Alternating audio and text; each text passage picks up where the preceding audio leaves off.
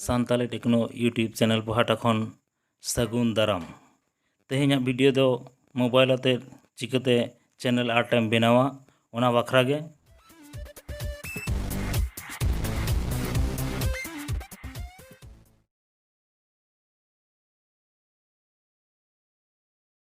ते अडी गोटांग एप्स मेनाआ जेमन पिक्स आर्ट आरो अडी गोटांग मेनाआ। तबे तेहेñ दो जहाँ एप्स आते यूट्यूब चैनल आर्ट बन बनावा ओना दो गूगल एप्स रेगे ᱧᱟᱢᱚᱜᱼᱟ। प्ले स्टोर रे बन चलाआ।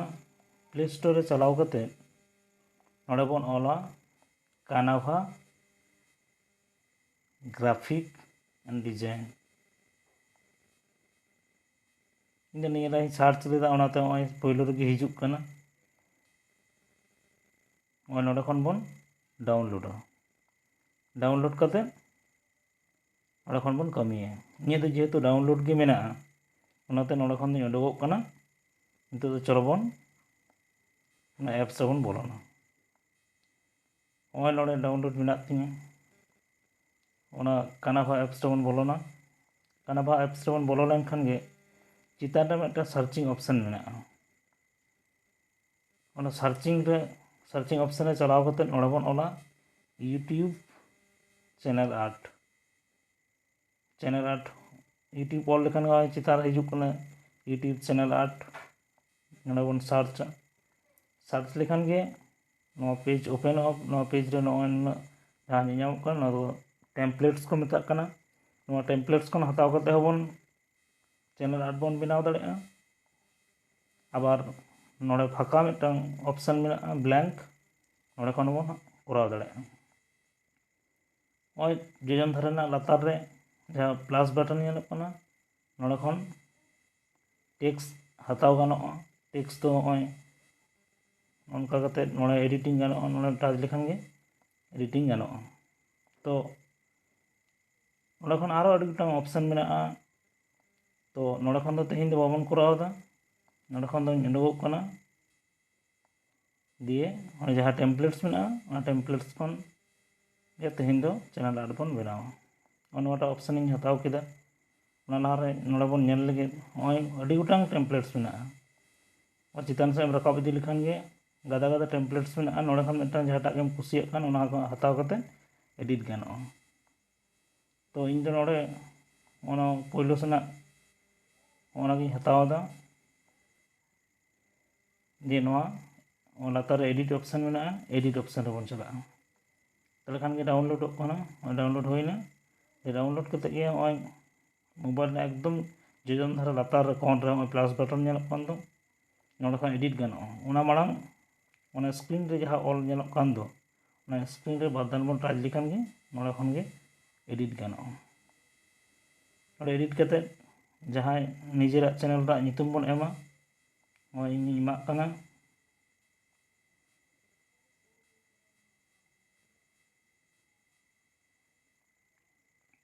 ठीक उनका गे लातार रे जहां मिदटी बन ऑल मेनाआ ओंडे हो बारदान बन टाचा। बारदान बन टच लेखान गे नोडे खन हो एडिट गानोआ। दिए नोडे बन ओला यूट्यूब चैनल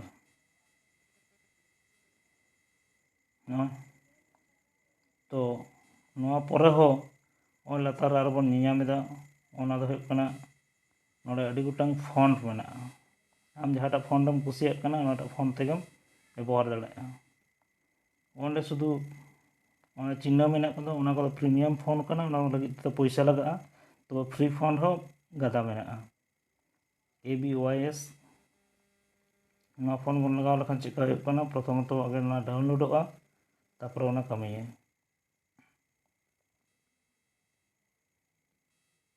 अच्छा दरकार बानुआ फ्री फॉन्ट जाम मेनाआ नोडे चितान रे ओना गे तहे चों ओंडे बन ñेल लेगे बा ओना फॉन्ट दे हतावा ओंडे गे टच हुयुगा। टच लेखान गे टच दोहो काग खान गे ते फॉन्ट दो जहांटा गेम बैसावा। ओना पहिलो ना गे हताव करे अब एटा हो बन बैसाव दाड़ेया। ओय इना फॉन्ट जहां बैसाव ते नोआ नोंका हिजुग कना तो दरकार बानुᱜᱼᱟ पहले रे जहाँ फॉन्ट मेनागा ओना फॉन्ट गे तहे हचन भागे ñeloग कना। तो ठीक onka kate ge ona जहाँ ऑल मेनाग दो ओना ऑल रहा जेम धारा पुड़ अंश ओना पुड़ अंश रेबन टाच लेखान गे नोडे खन रंग बदल गानोगा। आमाग जेमन जहाँटाग एम कुसियाग कना onka ge रंग एम बदल दाड़ेयागा। तो नोडे खन ओना पुड़ाग गे जानिज खान दो भागे ñeloग कना एटाग कलर खन दो ओनाते ओना पुड़ाग गे तहेन कना। लातार रना यूट्यूब चैनल रना ऑल तेज बन पाल्टावा। आबार नोडे खन गे साइज हो बदल गानोगा। नॉय 29 जहाँ ऑल मेनागा नोडे खन बन बड़ो दाड़ेयागा कटिजोग कना बड़ोग कना कटिजोग कना आमाग इच्छा मतन बड़ो कटिज दाड़ेयागा। ठीक onka ge नोवा रनाग रंग हबन बदला आमाग इच्छा हेंदे दो भागे बांग ñeloग कना नोटाग गे तहे हचन।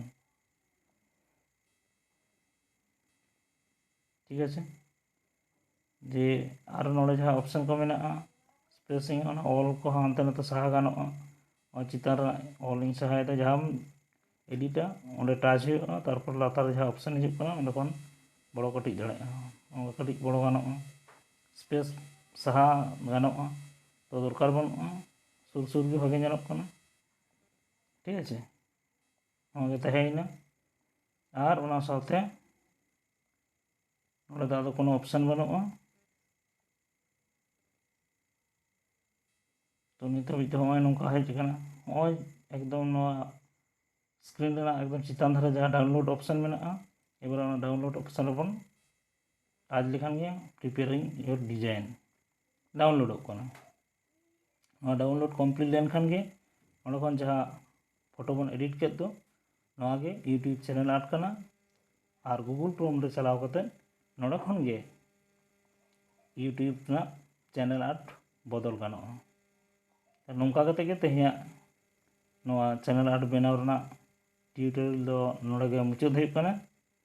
अच्छा ओना माड़ांग नोडे बन ñेल लेगे चेका कते डाउनलोड चेका ñेलोग कना जहाँ बन जुत केद दो एकदम ओना चितान रे